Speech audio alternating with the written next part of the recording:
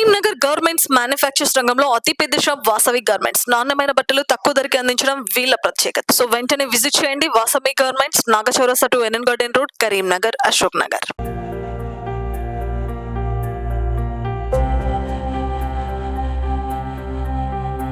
ఈ రోజు మనం కరీంనగర్ జిల్లా పొత్తపల్లి గ్రామంలో ఉన్నటువంటి చీకటిగుడి దగ్గరికి రావడం జరిగింది.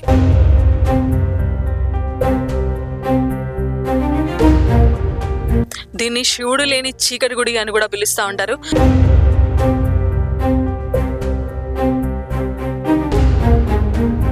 దగ్గర దగ్గర 800 సంవత్సరాల క్రితం టెంపుల్ ఇది.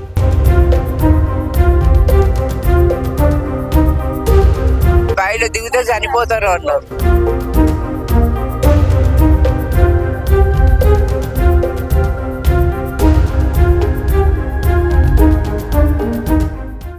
హాయ్, హలో, నమస్తే, welcome to Suman TV Karimnagar. నేను లావణ్యారెడ్డి. ఒక ప్రాంత చరిత్ర వైభవం తెలుసుకోవాలంటే ఆ ప్రాంతంలోని దేవాలయాలు సందర్శిస్తే చాలు ఆ ప్రాంత చరిత్ర మొత్తం తెలిసిపోతా ఉంటది. అలాంటిదే ఈరోజు మనం కరీంనగర్ జిల్లా పొత్తపల్లి గ్రామంలో ఉన్నటువంటి చీకటిగుడి దగ్గరికి రావడం జరిగింది. దీన్ని శివుడు లేని చీకటి గుడి అని కూడా పిలుస్తూ ఉంటారు. దగ్గర దగ్గర 800 సంవత్సరాల క్రితం టెంపుల్ ఇది. ఒకప్పుడు చాణక్యుల కాలంలో గొప్పగా వెలుగొందిన ఈ టెంపుల్ ఇప్పుడు ధూపదీప నైవేద్యాలు లేక వెలవెలబోతుంది. మీరు ఈ గ్రామంలోకి ఎంటర్ అయితే ఇక్కడ పురావస్తు శాఖ వాళ్ళు బోర్డ్స్ కూడా విధించడం జరిగింది. సో ఈ రోజు మనం ఈ చీకటి గుడి చరిత్ర ఏంటి, ఎన్ని వందల సంవత్సరాల క్రితంది, ఎవరెవరు పాలించారు, మరి ఏం జరిగింది అనే విషయాలు తెలుసుకుందాం సుమన్ టీవీ గ్రౌండ్ రిపోర్ట్ లో. Let's come.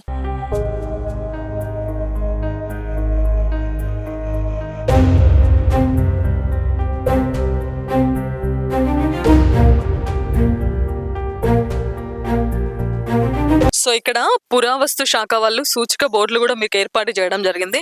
సో వే కోసం కూడా మనం వస్తుంటే దారిలో కూడా ఏర్పాటు చేయడం జరిగింది. సో ఇక్కడ కూడా ఏర్పాటు చేయడం జరిగింది. పురావస్తు శాఖ చట్టం ప్రకారం సో 31 విభాగం ప్రకారం ఇక్కడ ఏమైనా చెడగొట్టడం, దీన్ని ఏమైనా ధ్వంసం చేయడం, దీన్ని ఏదైనా విధ్వంసం చేయడం ఇలాంటివి చేస్తే మాత్రం చట్టపూరితమైన చర్యలు తీసుకుంటామంటూ ఇక్కడ ఒక నోటీస్ బోర్డు కూడా ఏర్పాటు చేయడం జరిగింది. Department of archaeology and museums. So ఇక్కడ కట్టడాలు చూస్తే ఇవన్నీ కూడా రాతితో చెక్కబడిన కట్టడాలు. సో మొత్తం కూడా ఒకదానిపై ఒకటి పేర్చినట్టు ఉంది. శిల్పకళ సంపద మీరు చూసుకుంటే చాణక్యుల కాలంలో ఈ శిల్పకళ సంపద వాళ్ళు అప్పుడు ఈ గుడి కట్టినట్టు కూడా మనకు తెలుస్తా ఉంది. సో 12-13వ శతాబ్దంలో ఈ గుడి నిర్మించినట్టు కొంచెం ఆనవాళ్ళు కూడా ఉన్నాయి. బట్ రాజులు మారే కొద్దీ వాళ్ళ నైపుణ్యానికి తగ్గట్టు దీన్ని కొంచెం మాడిఫికేషన్ చేయడం జరిగిందంట. సో కాకతీయుల కాలంలో కూడా ఈ గుడిని ఇంకొంచెం నిర్మించారంటూ కూడా ప్రసిద్ధి. సో వీళ్ళ కట్టడాలు, వీళ్ళ శిల్పకళ నైపుణ్యాన్ని మీరు ఒకసారి చూసుకుంటే ఈ తోరణం లాగా ఎలా ఉందో మీరు చూడొచ్చు విజువల్స్ లో. సో చాలా మటుకైతే అంతరించిపోయింది గుడి. కొన్ని ధ్వజస్తంభాలు, కొన్ని రాతి స్తంభాల మటుకి అలాగే ఉన్నాయి. సో ఆలయం మొత్తం ఇప్పుడు చూసుకుంటే చాలా శిథిలావస్థలో ఉంది. మీరు చూసుకుంటే చాణక్యుల గొప్ప శిలా నైపుణ్యానికి నిదర్శనంగా చెప్పొచ్చు. కాకతీయులు కూడా దీన్ని పరిపాలించారని చెప్తా ఉంటారు. దీంట్లో ఈ సంపద, శిలా సంపద అంతా ఇప్పుడు ఆల్మోస్ట్ మీరు పైన చూసుకుంటే మొత్తం కూలిపోయే స్టేజ్ లో ఉంది. కొన్ని ధ్వజస్తంభాల కారణంగా అట్లా నిలబడినట్టు కూడా మనకు తెలుస్తా ఉంది. సో ఎంట్రెన్స్ లో మీరు చూసుకుంటే నంది విగ్రహం తో పాటు ఎంట్రెన్స్ లో ఉంది. సో మొత్తం దీన్ని త్రికూటాలయం అని కూడా పిలుస్తారు. చాలా శిథిలావస్థలో, చాలా ధ్వంసమై కనిపిస్తా ఉంది ఆలయం చూసుకుంటే. అయితే ఇక్కడ మీరు చూడొచ్చు ఆలయంలో చూసుకుంటే ఇవన్నీ కూడా ఇక్కడ శంకు చక్రాల డిజైన్ లో మొత్తం కూడా ఇవన్నీ కూడా పురాతన చెక్కబడింది. ఇవన్నీ కూడా ఇట్లా చిన్న చిన్న అరల్లాగా దేవతా మూర్తుల విగ్రహాలు ఉండేటివి. ఈ చిన్న అరల్లాగా వీళ్ళు ఇలా చేయడం జరిగింది టెంపుల్ చూసుకుంటే. సో ఇటు సైడ్ చూసుకుంటే ఇది త్రికూటాలయం కదా, మనం లెఫ్ట్ సైడ్ లో ఒక టెంపుల్ లాగా ఇక్కడ కూడా ఒక చిన్న గది లాగా నిర్మాణం చేయడం జరిగింది. సో ఇటు అటు రెండు పక్కల మాత్రం దేవతామూర్తుల విగ్రహాలు ఇవ్వడం జరిగింది. పైన చూసుకుంటే విష్ణుమూర్తి చెక్కబడి ఉంది ఆ రాతికి మొత్తం కూడా. సో అయితే దీంట్లో పురావస్తు శాఖ వాళ్ళు కూడా దీంట్లో చాలా తవ్వకాలు జరపడం జరిగింది. సో ఇక్కడ ఏవి మళ్ళీ జరపొద్దంటూ కూడా వాళ్ళు చెప్పడం జరిగింది. అయితే గుప్త నిధుల కోసం కూడా చాలా తవ్వకాలు జరిగినట్టు కూడా తెలుస్తా ఉంది. టెంపుల్లో వాళ్ళు చెప్తా ఉంటారు. మీరు ఒక్కసారి లోపల చూసుకుంటే సో చాలా బలులిచ్చి ఇక్కడ గుప్త నిధుల కోసం చాలా తవ్వకాలు జరిపాయంట. సో వీళ్ళ అద్భుత శిల్పకళ నైపుణ్యం ఇక్కడ చూసుకోవచ్చు. ఈ పైన మండపం చూసుకోవచ్చు ఒకసారి విజువల్స్ లో. సో ఇది ముందు గర్భగుడిలోకి వెళ్లే ముందు ఇది మండపం. ఇక్కడ నుంచి ఆ గర్భగుడిలోకి దారుంది. మీరు చూసుకుంటే గబ్బిలాల అరుపులు మొత్తం వినిపిస్తా ఉన్నాయి. లోపల శివలింగం విగ్రహం ఉండేది.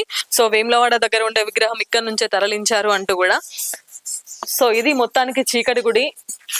ఇంకా కట్టడాలు అయితే చెక్కు చెదరలేదు, బట్ చాలా శిథిలావస్థలో ఉంది, ధూపదీప నైవేద్యాలు లేక. దీని ఇప్పటికైనా మరి పురావస్తు శాఖ వాళ్ళు పట్టించుకొని దీనికి ఒక రూపం ఇవ్వచ్చు. మందు బాబులకు అడ్డాగా మారినట్టు కూడా తెలుస్తా ఉంది మనం చూస్తే, చుట్టూ పిచ్చి మొక్కలు. సో రైట్ సైడ్ భాగం అయితే ఆల్మోస్ట్ శిథిలావస్థలోకి వెళ్ళింది, మొత్తం కూలిపోయేలాగా ఉంది. బట్ ఇటు లెఫ్ట్ సైడ్ చూసుకుంటే, మీరు విజువల్స్ లో చూసుకుంటే ఒక చెట్టు సపోర్ట్ చేస్తుంది ఆ మండపానికి. మీరు విజువల్స్ లో చూసుకోవచ్చు, ఒక చింత చెట్టు సపోర్ట్ చేయడం వల్ల ఇదంతా కూడా ఇట్లా నిలబడినట్టు కూడా మనకు తెలుస్తా ఉంది. సో మొత్తానికి ఇది శివుడు లేని చీకటి గుడి కథ.